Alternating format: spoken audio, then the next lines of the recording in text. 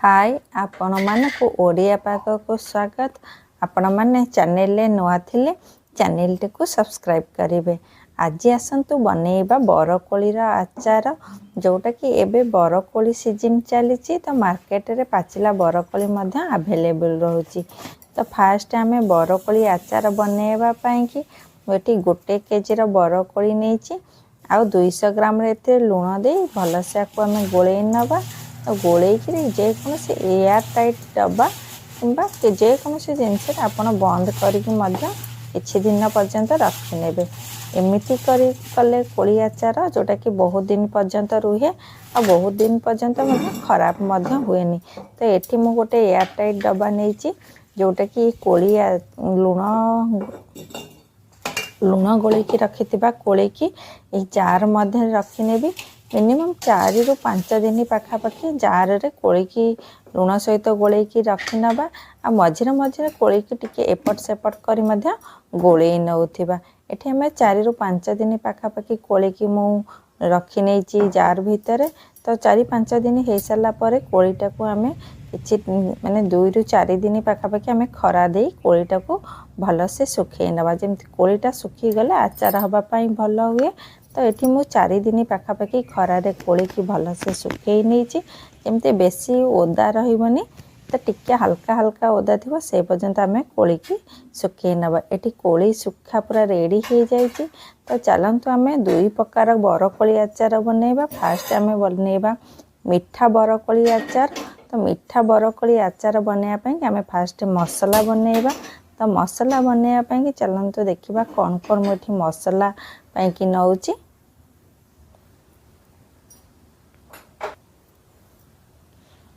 एठी मसला बनैबा पई कि फास्ट मु नेउची 5 स्पून पाखापाखि जीरा नेउची आउ 4 स्पून पाखापाखि नेउची धनिया। जदि अधिका क्वांटिटी रो कोली हबो से अनुसार अधिका क्वांटिटी रो मसला नेबी।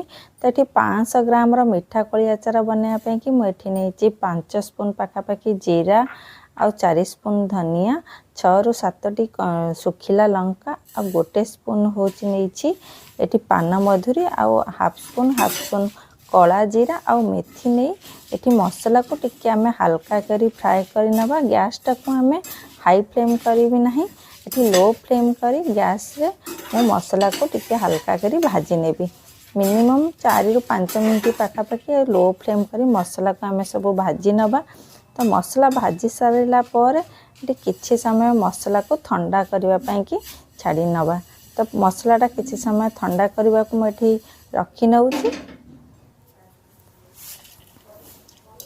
एठी मसला भल से ठंडा हो जाइतिबा पर आमे जेकोसी ग्राइंडर रे नेकरी टिके बेसी प्लेन भाबे आको ग्राइंडिंग करबानी टिके हल्का खदड़िया थिबो सेमती हिसाब रे आमे मसला सब को एठी ग्राइंडिंग करि नेची। देखंतु मसला बेसी प्लेन करिनी टिके हल्का खदड़िया अछि मसला को से हिसाब रे मु एठी ग्राइंडिंग करि नेची।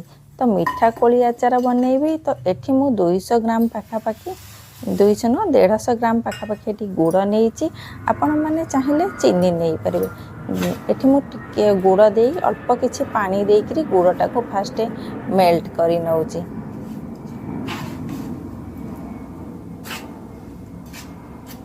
गुड़टा टिके मेल्ट कला बेल टिके आमे मझरे मझरे मध्य गोळेई नउतिबा।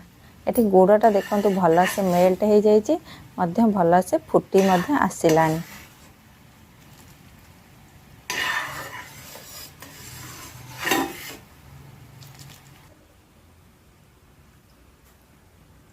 एबे गुड़ भल से फुटी आसला पर आमे मसला जो गुंड बनैथिले 1 स्पून पाखापाखि मसला गुंड रखी नउची। आउ गोटे आचार बनाबे आउ सब मसला मु एथिरे मीठा कोली आचार बनाबे पई कि मसला सब नेउची। मसला देई सारी गुड़ सहित किछि समय भल से फुटे नबा जेमती मसला गुंड आ गुड़ भल से मिक्स हेबो से पर्यंत भल से आमे गोळेई नउतबा। गुड़टा को टिके मझरे मझरे करी आमे मध्य गोळेई नउचे मसला सहित जेमती लागिबनी जो पैन रे। तो से हिसाब रे आमे गोळेई नउची। एठी गुड़ आ मसला भल से मिसी गला पर एठी 500 ग्राम रो कोली नेची जेमती मीठा कोली बनैबा पई कि। तो एठी कोली देई सारी गुड़ सहित भल से आमे मिक्स करी नबा।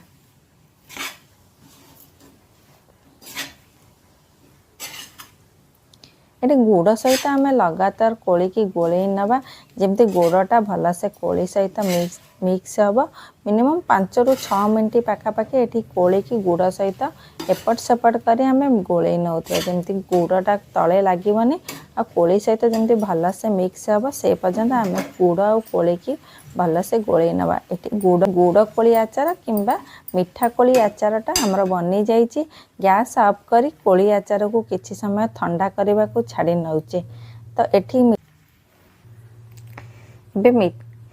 एबे आमे सोरिष मसला कोली आचार बनैया कि फास्ट 500 ग्राम कोली नहीं तो 500 ग्राम कंचा कोली हिसाब से मुझे गोटे कप सोरिष नेउची जो थे कि हाफ कप पाखापाखि पानी दे सोरिष मसला को आमे ग्राइंडिंग करनवा सोरिष मसला पूरा प्लेन भाव ग्राइंडिंग हो आसला पर गोटे कड़ा पाखापाखि ये रसुण नेउची तो ग्राइंडिंग हो सारा पर आम रसुण दे आउ थे सोरिष मसला को ग्राइंडिंग करनवा जमती रसुणटा अधारिया ग्राइंडिंग हम सेमती से हिसाब से आम सोरिष रसुण को ये आम पेस्ट बन नवा तो ये पेस्ट बनी सारा पर आगुरी बनैकी रखी जो मसला पाउडर गोटे स्पून पाखापाखि से दूसरी से मसला गुंड आउ आम दबा ये सोरिष मसला जोटा कि पेस्ट बन रखी ये आम सोरिष मसला दबा ए कौन पानी ऐड करी ना आ मसला स्वाद अनुसार ये किसी नौची लुण आ गोटे कप पाखापाखि सोरिष तेल लुण भलसे आम मिक्स करनवा ता सहित गोटे स्पून पाखापाखि नौची लंका पाउडर ये सबू दे सारी आम सबू को भलसे मिक्स करनवा जमती तेलटा मसला सहित भलसे मिक्स हम से पर्यंत मसला को आम भलसे मिक्स कर नौचे ये मसला और तेल भलसे मिक्स हो जाइए तो ये आम एवं दे नौचे कोली तो कोलीटा 500 ग्राम नहीं सुखीगला पर टे अल्प क्वांटिटी देखा जाऊँगी कि ये 500 ग्राम ही कोली नहीं तो कोली दे सारी आम भलसे मसला सहित मिक्स कर नौचे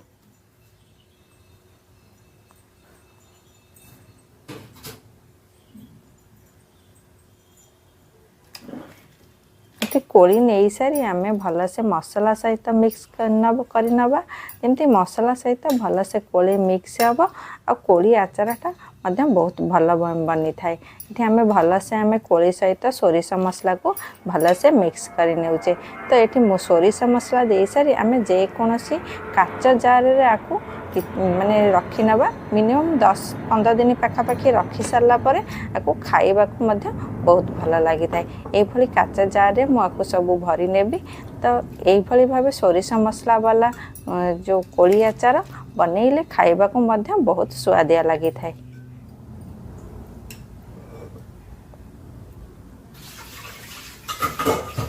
एबे आमे सब कोली आचार को काच जार भरी नहींचे आपको मिनिमम 15 दिन पर आम खाई परिबा तो से ये मिठा कोली आचार मध्य ठंडा हो जाइए ताकू मध्य कौन मु काच जार मध्य ये रखी नौची कोली आचार को